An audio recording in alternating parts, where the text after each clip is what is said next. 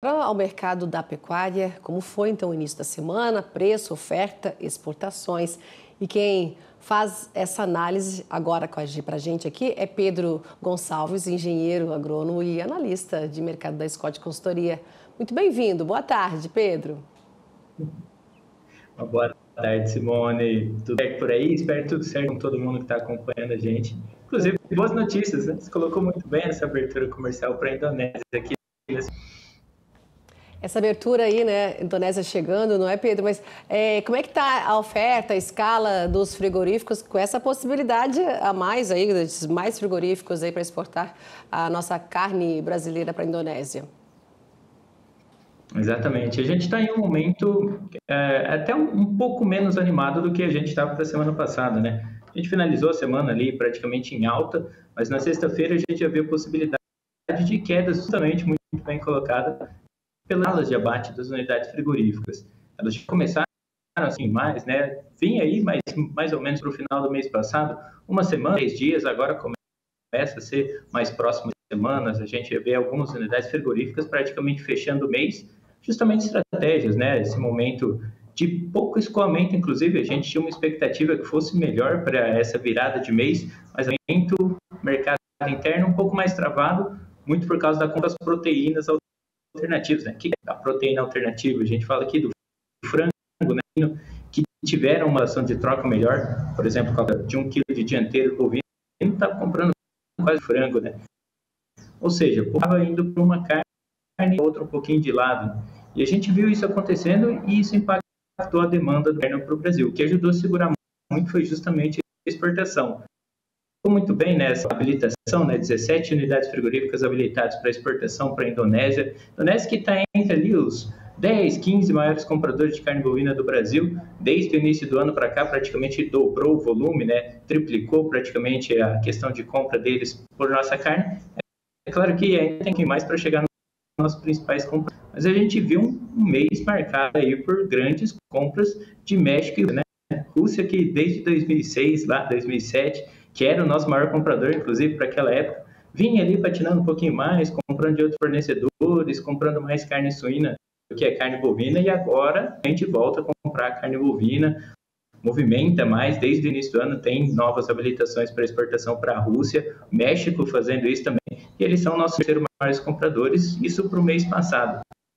China, apetite continua grande, eles estão comprando mais de 50% do nosso volume total exportado, ou seja, o mercado tem segurado bastante essa questão dos preços. A gente vê, inclusive, a média de preço tonelada exportada, $5.600, né? Praticamente aí R$31 mil, né? Se a gente converte aí com o dólar de hoje, praticamente, está até um preço maior do que estava lá para dezembro, quando o dólar estava um pouquinho em cima dos R$6.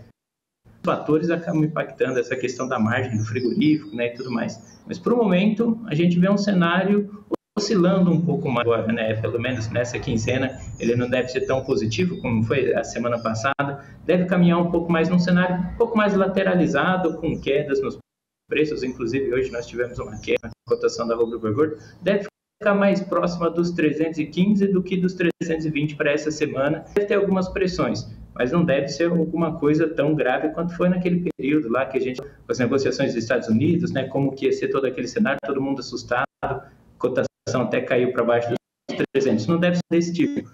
Tem uma pressãozinha de baixa, até porque o momento, tradicionalmente, acontece isso, para depois engatinhar um pouquinho mais, isso mais para o fim do ano, né?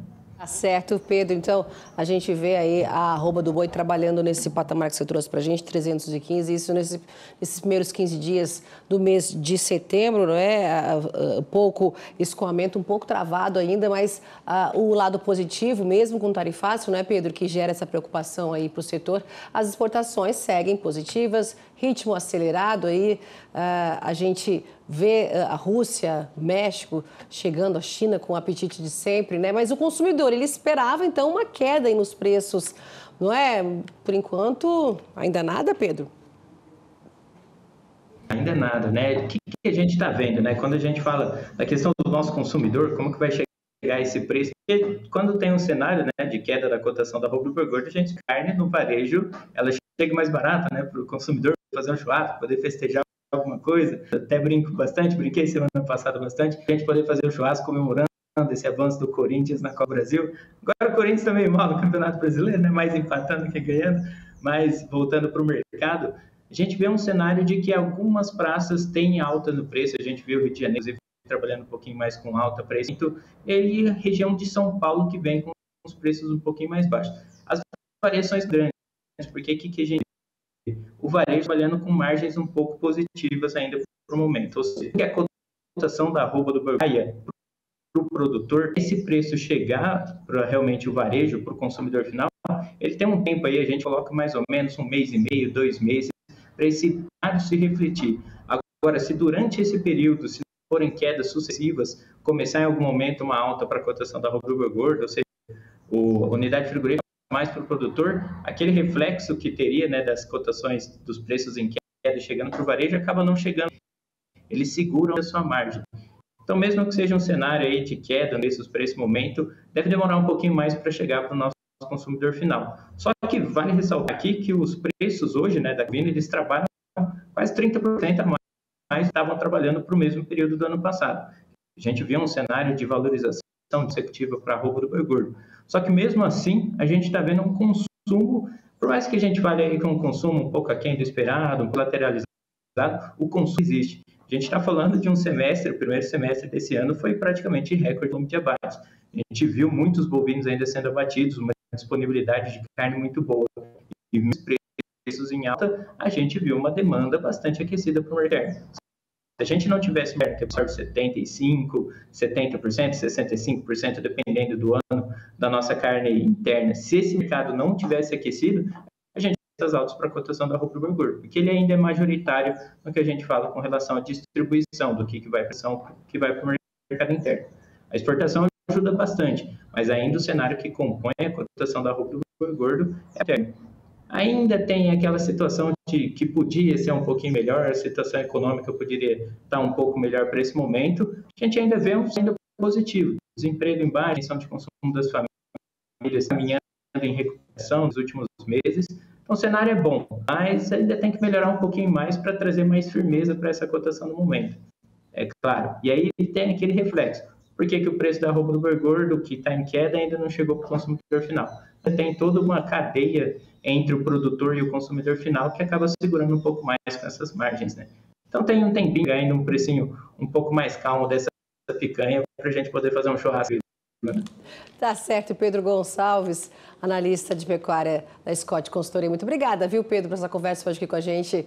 Uma boa semana para você e até semana que vem, viu?